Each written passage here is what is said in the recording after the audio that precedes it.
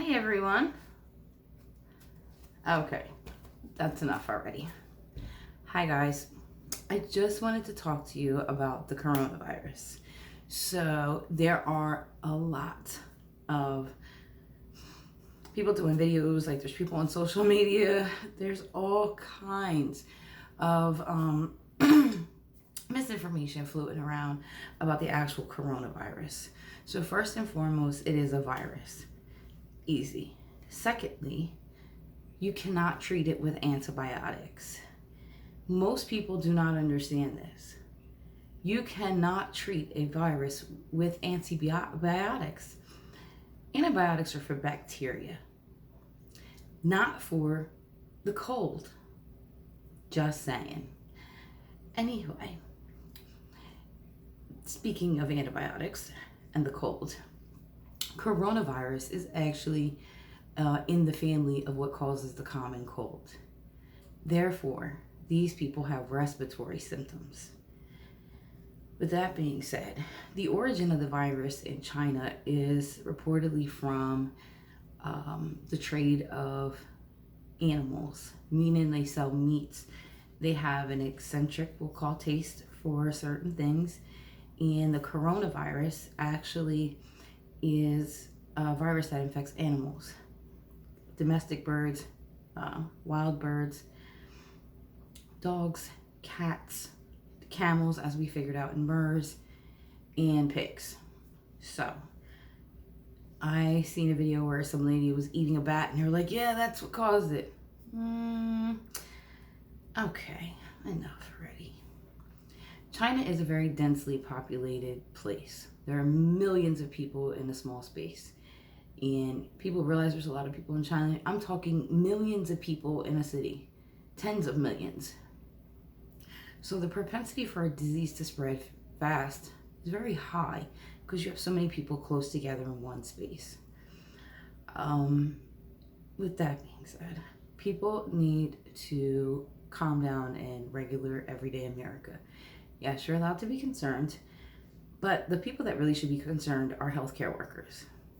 We are exposed to viruses every day, and we are exposed to viruses every day that mimic this virus, meaning the symptoms of this virus are like the common cold: runny nose, cough, fever, congestion, and that's what happens. So we're so accustomed to those things that we may not have the capability to rule out something. We're just looking, oh, it looks like the cold, so we're not going to go in a room. Even per medical guidelines, if somebody has a cold, you're not going to go in there with an N95 mask. You're not going in there like fully garbed up. You're not doing those things. So hence why one super spreader, meaning a patient that has affected multiple people, caused a doctor and 17 nurses in China to get infected, because you don't see, looks just like everything else. With that being said, doing some more research, I actually started looking around, and this virus is actually spread through not only the usual contact of touching, which you would anticipate. This disease is actually spread through droplets. Droplets means that when you cough or you sneeze, these little droplets of moisture stay on surfaces. They haven't established how long this virus stays alive on surfaces yet. So in other words, you could be 20 feet from somebody, nor how far it spreads. So for example, if you're 20 feet from somebody and you touch the same rail or you touch the same, any inanimate object, as if that virus is alive, and then you touch your hands, your eyes, your face, or you play with your hair and then you touch your ear and you do all that, you now have touched the surface that's contaminated, which goes for many of things that are airborne, especially like the flu. Excuse me. So therefore, it's really important for the healthcare workers to be mindful when they're touching things. And the most important thing that people can do right now in America is not panic, please, number one. And number two is to understand certain things. There are people that are infected in California, There are people that have infected. There's somebody in Chicago, and there's one more person. But the CDC is also investigating cases in about 5 other states. And that's just in the United States. There's a suspected case in Canada, of course, China. There's confirmed cases in Japan, Australia. So the virus is spreading. I think that China actually kind of hit us a little better because than some of the other diseases, because they kind of were trying to watch it a little bit, but it came on so fast. The same people that are susceptible to the flu or are likely to have the complications of it are, like the rules say, the very old or the very young, meaning children are likely to catch it more often than someone else. And of course, elderly people who don't have a strong immune system because they probably have some comorbidities that will have them, they're already at a lower immune system. And there is no vitamin that you're going to take to prevent this. I'm telling you, I'm sorry. Everybody loves their vitamins, and that's great. Oh, your vitamin C. It's not going to protect you against this. I'm sorry. I hate to be the bearer of bad news. It's not. Right now, the treatment we have is nothing. It's fluids and watch the people and keep the fever down and keep the lung infection at hand. Oxygen, neb treatments, these kind of things is what the treatment is right now. There is no cure. We have many viral medications on the market because of, herpes is a virus, HIV, of course, is a virus. There are many viruses out there that we've come up with treatments for, but we don't have cures for coronaviruses. And there's only been 7 coronaviruses known to jump from animal species to humans. This is number 7. So we have to be mindful. But the most important thing I can tell people right now is wash your damn hands. I'm sorry, it was the only way I could say it. Wash your hands. Oh my God, wash your hands. Don't touch your face. I see it all the time. You have to wash your hands unequivocally. Like when you go to the bathroom, wash your hands. Before you eat, wash your hands. Wash your hands, wash your hands, wash your hands. And don't run them under water and fake soap them. That's not washing your hands. 30 seconds. And not up like this. I'm just showing you. Down in the sink this way so the germs go downward. That's how you wash your hands. Properly wash your hands. Your kids, properly make sure they wash their hands. That's going to help stop some of the spread of this disease because it's airborne. You can get it by air. You're going to get it by contact and anything you do. And right now they're telling healthcare workers every precaution you've got. Standard, contact, isolation, airborne. Everything you've got, you got to wear it. Meaning, because they aren't 100% sure. They know a general idea how it spreads, but the people that are most at risk right now are the people that were infected, and they're going to infect whoever's around them, and us, my family. We're most likely. And the people that are on the frontline hospitals, ER, they're even more on watch. The ER nurses are your front line against this kind of spread. I'm not an ER nurse. I know several ER nurses, and they are your frontline defense to infection control. They have to, when they see symptoms, they are your frontline. America, wake up. When these ladies come in and gentlemen are in that ER and see these things, they are your frontline to isolation and keeping that ER safe. Please remember that. Your frontline staff right now is your nurses. Anyway, sorry, it's my little tangent. But another thing I've seen, and it's really disturbing to me, and it really bothers me, oh my God, is I've seen several Instagram models and people who've not really worn masks trying to describe different types of masks. There's we've all seen the gas respirator kind of big old mask. We all seen that one. But for healthcare workers, we have actually an N95 mask, which is our droplet mask. That's our go-to. If somebody has TB, flu, and the coronavirus, you have got to have an N95. And please, America and everyone else, stop having N95 masks and then trying them and putting them on and not understanding that N95 masks must be fit tested. N95 masks must be fit tested. They have to be. If you can smell spray through an N95 mask like Febreze, it's not on right. N95 masks must be fit tested correctly. You buy an N95 mask and you don't use it the right way and you can still smell the Febreze, it's not on right. It's not protecting you. But if properly fit tested, the N95 mask filters viruses, bacteria, it filters a lot. So it will, but it must be fit tested and it must be put on you properly. Another thing I see our friends putting on is our regular yellow surgical mask. Now, I'm going to tell you, I look a little morning mask, but that's okay. You guys still love me. So these are the little surgical masks that come. You can find them on Amazon. You can find N95s on Amazon. And if you look it up, you can find a way to fit test the mask, but you need someone to help you for N95. And there's a whole bunch of directions, and a lot of people are certified to do it. And you can't wear it for life. I'm just saying. Anyway, back to the yellow masks. So I literally seen someone online. There are two sides to this mask. One is yellow, one is white.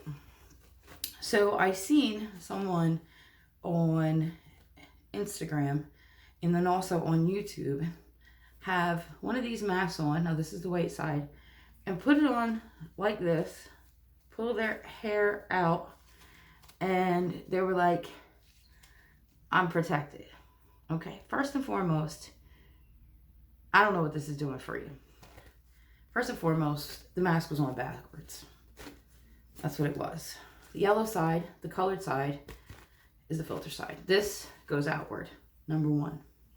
Number two, I'm going to show you. I would never normally put a mask on with my hair down, so I'm going to bun it up. This would be my first process, 100%. I'm not, definitely not. If I get it on after the fact, that's one thing. I just have a rubber band here. I'm going to put it in my hair because it doesn't always want to stay up. But I'm going to put this up here. I'm an infamous bunner. So here's what we're going to do. You have your mask. Now, you're going to put your mask to the bridge of your nose. One side. Hold it. Other side. Now, hold here and hold here and make sure it's tucked. With that being said, now I have, look, there's no gap here, right? I don't have a gap on my bottom. And up here, as you can see, you gotta press your nose down so there's no gap, right? I don't know if you can hear me well. Here's the problem with these masks. You see everybody walking around in China. This is keeping some things from getting in, and it's also keeping what I have from getting out. That's the point of these masks. It's keeping what I have, keeping it to me, and then it'll filter some. You cannot wear these masks all day. They get moist, they're one-time use, you gotta throw them out. Do not say that it's going to protect you. Oh, it's at least some protection. No, it's wet and you're gonna bring everything to it. It's like having a wet sponge and thinking it's not gonna filter anything. You're gonna catch whatever, it's gonna sit there. So, I've also seen people, when they try to take these masks off and they're like, I have a mask, yay. Okay, no. They take it off from here, like here. Okay, you just contaminated yourself. First and foremost, this mask comes off that way. Comes off from behind your ear. Show you again. This mask, do not touch the nose. All of this yellow, think of it as all contaminated. All of this is contaminated. Do not touch that. It's been filtering, it's been, breathing in it, all the moisture's there. There's no real moisture behind your ears. Do not touch this. Take this off. I grab it 2 finger behind my ear. I can grab it off. That's how you take it off. Sorry, I gotta take my hair down. But you have to understand, these are not to be all to end all, these masks. You should have a few in your stash. You should have, some kind of chemical something, or And even that, it'll just protect you a little bit. I always keep some of these masks around. They're good if you're like painting or whatever. But I actually bought a box on Amazon, and this was a while ago. These are okay for certain things. If you feel comfortable wearing this mask, at least you know how to put one on. But I'm gonna put it on again. I'm gonna leave my hair out. Okay, so we're tight here. We're good here. And what's going on here? It's not form fitted. It's not going to protect you 100%. See that? There's gaps on the side. I don't care who you are. You can have a flat chin and a flat nose. All these gaps right here are definitely going to let other stuff in, and it's going to collect germs. And again, if I take it off, I would never leave my hair down. Take it off as such. So there are makers of these masks. Here's my thing. Another thing that happened is with these masks, you see people walking around all day.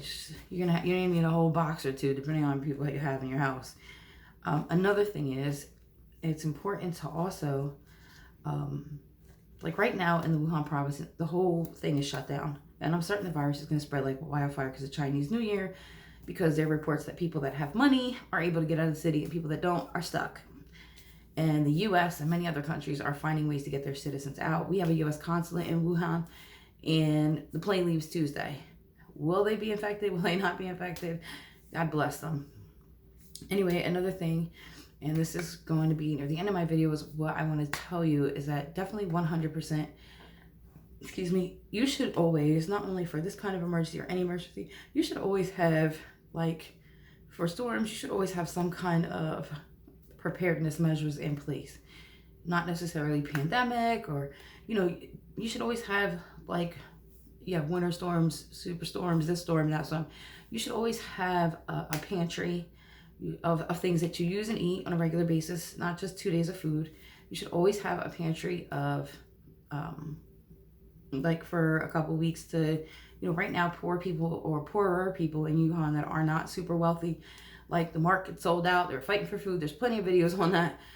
So you really need to make sure that you have a pantry set up, you have some fresh water, like bottled water set up, and that you have some oddball medical supplies. Will that keep you safe from the next, whatever? Who knows? I'm not a fearmonger. I'm just a nurse, and I used to do emergency preparedness for a company, and I've seen a lot in many years. And this was a while ago before it became you're a prepper kind of thing. So with that being said, be mindful about these masks. N95s must be fit tested. Again, there's also instructions. And just keep an eye on local news, any cases that come up. Check the CDC website, the World Health Organization, which is the WHO, WHO. Just keep an eye on what cases. There are many cases out there. There's 4,000 suspected cases right now. That's a lot. And they're not telling us where they are. That's the only scary part for me. Because they could be all in New Jersey, and I would never know. So I just say protect yourself 100%. Hopefully you learn how to use these masks. Remember, color side out. If you have any questions, please ask me. I'll be more than happy to help you. I'll even do a special video and re-demonstrate for you. Whatever you need me to do to help you. But please, please, please, please, please make sure you practice good hand hygiene, because it is the #1 way to keep from catching illness and disease. #1 way. #1. Wash your hands downwards, 30 seconds, lots of friction. Feel like a surgical scrub. Teach your kids how to wash their hands that way. And especially the elderly population, make sure everybody's washing their hands really well. So that was my little take. If you want any information, the more stuff comes out, the more I'm going to try to do videos and try to keep everybody updated. But I know there's a lot of cases, and the Chinese New Year is coming, and I expect an explosion because people are not going to stay put. Hong Kong, Beijing, Shanghai has a case. There was an 80-year-old man, which is very, very concerning, because that population in Shanghai and the travel in Shanghai is off the hook. One case in Shanghai, and if he was a super spreader, you're talking hundreds of thousands of people are going to be infected really quick. So just be mindful, monitor cough, cold symptoms, check your temperature. If you go to any foreigner, I'm staying home. I'm not going nowhere. No, not really. I love my patients. I would be one of the people on the front line with an N95 looking like a whole rubber suit because you guys need me to be. I chose my profession because I love it and I knew the risk when I did. With that being said, love your nurses because we risk everything for everyone. And I just want to tell you, I love my nurse friends. I love you all. I'm almost in tears. When I heard those 17 nurses got infected, I wanted to cry because they're so young and they're so scared. I'm here for you. We're all rooting for you. All the rest of the nurses. We wish we can go over and take care of you because we all be in rubber suits. With that being said, I love you guys. Wash your hands. Be safe. And just keep an eye on the news and see where the virus is going. All right? Love everybody. If you have any questions, please ask me. I love y'all. All right, I'll be making my my KC later because I got this. That's for my Reethi fans. And whoop whoop. Okay, sorry, I had to do it. All right, I love you guys. Have a good day. I'll be on later. And if you have any more questions, let me know. Or if you want anything else, information, or find out more information, I'll make another video. All right, guys. Love you, kids. Bye.